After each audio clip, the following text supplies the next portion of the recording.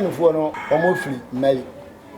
Na kure na omoteso no ye fra ho Timbuktu. Na gold war assassin so. Timbuktu. E wo Mali ho no. Oh.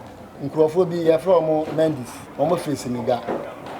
Nti omo hu se assassin na omoteso no. Sikan futuro so na ohene no so na owo sikan futuro pa.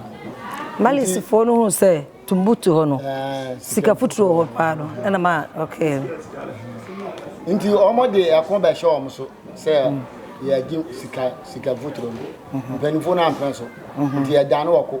Woko. Na medicifo no omo hode nti e ba asa na e mpanifo no free.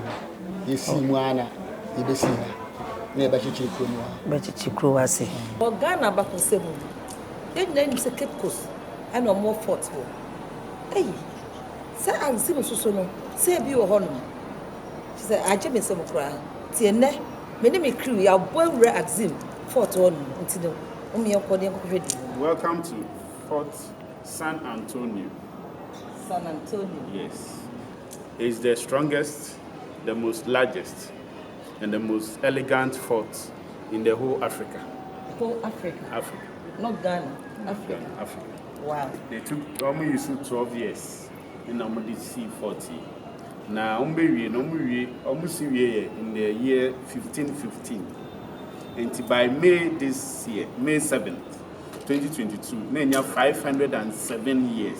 Our culture, our heritage. And I say, no one said, yes, slaves no air fort in Mudia. But who say now, we are the only ship, because man anti assassin. We fat and no tan and a cookie on. Into Musha, I said, pavement, big guy.